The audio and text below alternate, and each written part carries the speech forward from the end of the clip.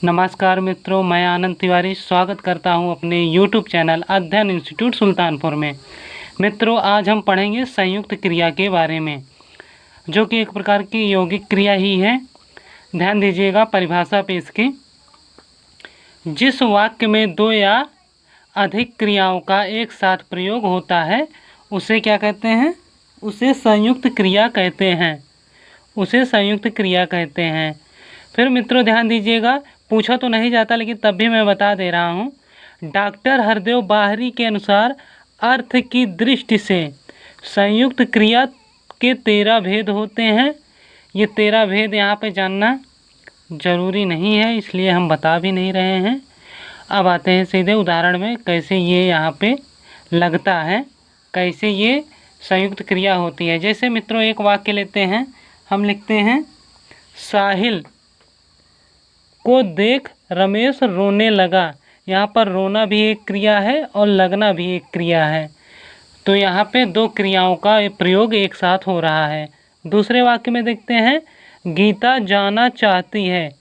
यहाँ पर जाना भी एक क्रिया है और चाहना भी एक क्रिया है। चाहना से बना चाहती। ठीक है।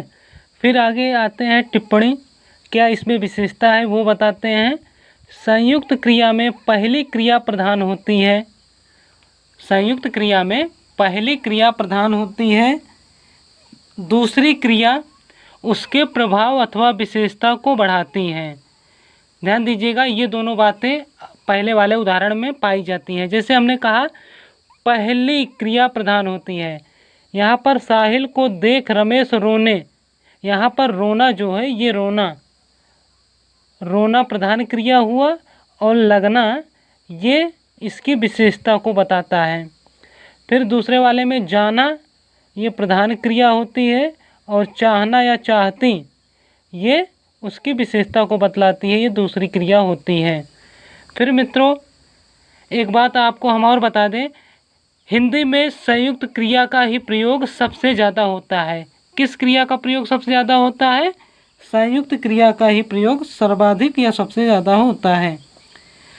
ध्यान दीजिएगा मित्रों, एक क्रिया और होती है जो डॉक्टर हरदेव बाहरी जी ने नहीं बताया है, लेकिन तमाम बुकों में या तमाम किताबों में लिखा हुआ मिलता है। पूर्णकालिक क्रिया या पूर्वकालिक क्रिया, दोनों नाम मिलते हैं, लेकिन इसका सही नाम है पूर्वकालिक क्रिया। पूर्वकालिक क्रिया होती क्या है?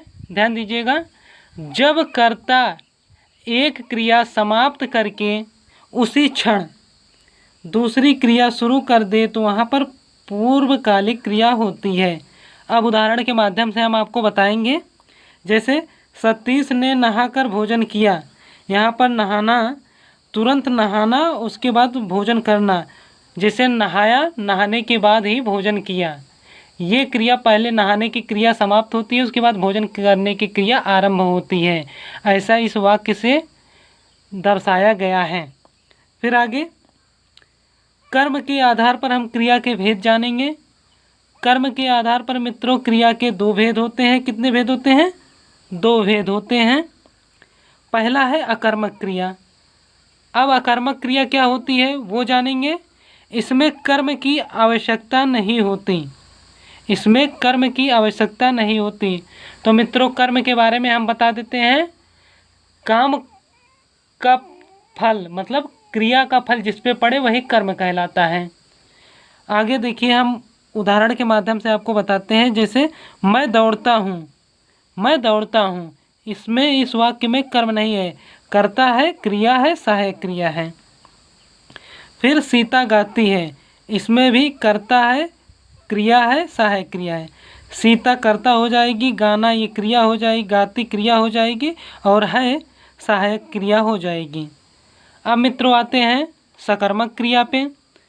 जिन क्रिया का फल कर्म पर पड़ता है, अर्थात जिसमें कर्म की आवश्यकता होती है, उसे सकर्मक क्रिया कहते हैं।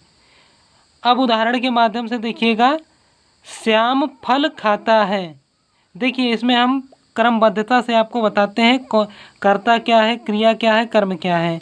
ये श्याम मित्रों कर्ता हो जाएगा, फल जो है कर्म हो जाएगा, और खाना जो है या खाता ये क्रिया हो जाएगी, और है ये सहायक क्रिया हो जाएगी।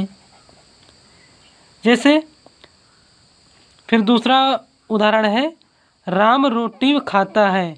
राम कर्ता हो जाएगा, रोटी कर्म हो जाएगा और खाना क्रिया है सहायक क्रिया हो जाएगा। साधारण सी बात है, ध्यान दीजिएगा। राम रोटी खाता है। अब आप इसी से प्रश्न पूछिए, राम क्या खाता है? तो जाहिर सी बात है, रोटी खाता है। किस पे काम कर रहा है? रोटी खाने का काम कर रहा है। पहले वाक्य में भी है, श्याम फल खाता है। श्याम क्या खाता है? श्याम फल खाता है। तो मित्रों, इतनी बातें हुई क्रिया के बारे में। अभी क्रिया के बारे में और कुछ महत्वपूर्ण बातें बची हुई हैं, जो हम आपको अगले वीडियो के माध्यम से कल बताएंगे।